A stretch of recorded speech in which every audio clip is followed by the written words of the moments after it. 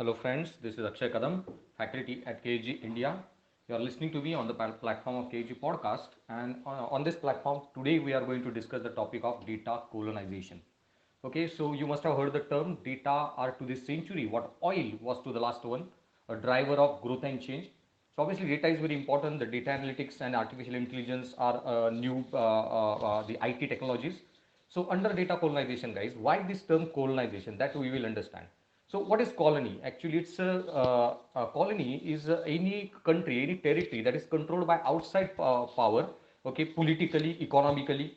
Okay, so in data field, also something that kind of is happening.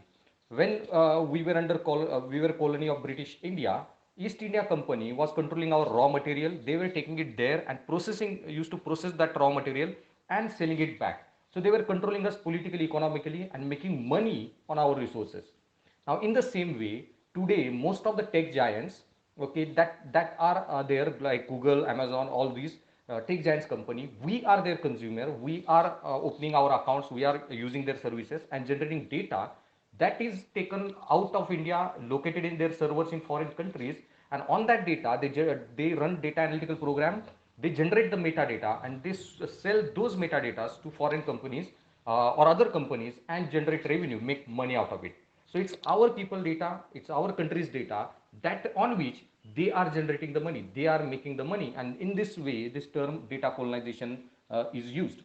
Okay, so and another thing is in this thing that physically maybe we are controlled by our own government, physically we are located in India, but virtually when we are using the digital platforms we are not located in India, we are not located we are using globalized platforms. So virtually our presence is worldwide, and in that scenario the country that uses our data, controls our data, okay, is effectively controlling us. So today there are top 10 big data giants which are there in the world. Five of them are US companies and not single one is the Indian company.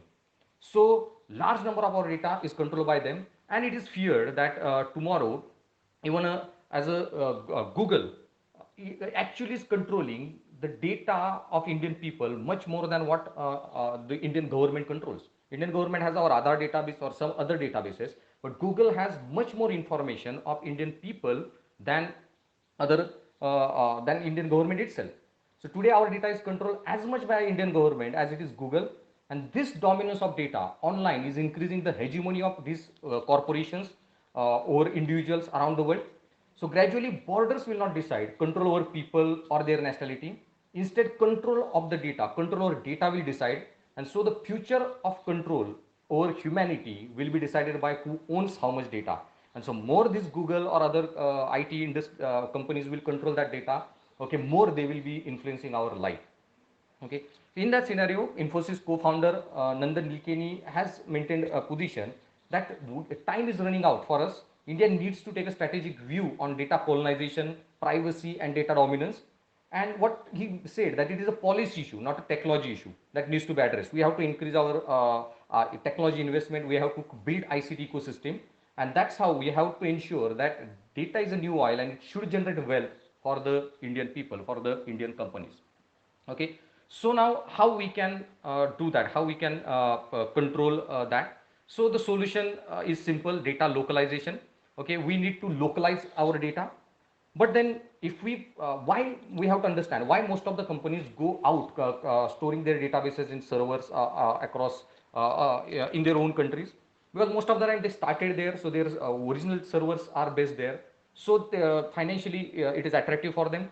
Second, they don't like to be in a governments that are control or influence the decision making, like those who have very strict IT laws, etc.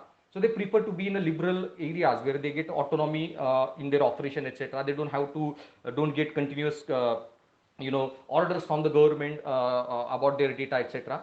So most of these companies prefer to be in Europe, America, where they have liberal environment. And third, that economic the incentives that are provided by these US and American companies in European countries for those companies, that actually makes them attractive to locate there. So then how we can go about doing the data localization? So first of all, we can look in some localized areas, some niche areas we can enforce mandatory localization. For example, RBI already made sure that all the data, okay, that digital companies that are operating in India, out of that data, whatever the payments data is there, okay, has to be stored in India only. Okay, so already the payments data is localized. Same way then about e-commerce company, we can ask all e-commerce company to localize their data in India only. Then there are other two ways by which government can enforce localization. Okay, most of the sensitive data, critical information, what we call about, that can be asked to be localized.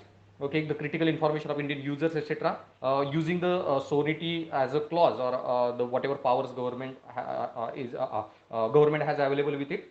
And other than along with sovereignty, government can also make them localize most of the data, okay, using the encryption policies. There is data protection bill is there, and under that there was one clause.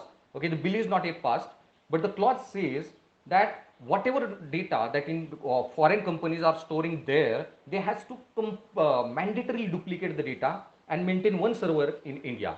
So if Amazon has its servers in US, then Amazon should have parallelly the same duplicate server of it located in India, for at least for Indian people's data.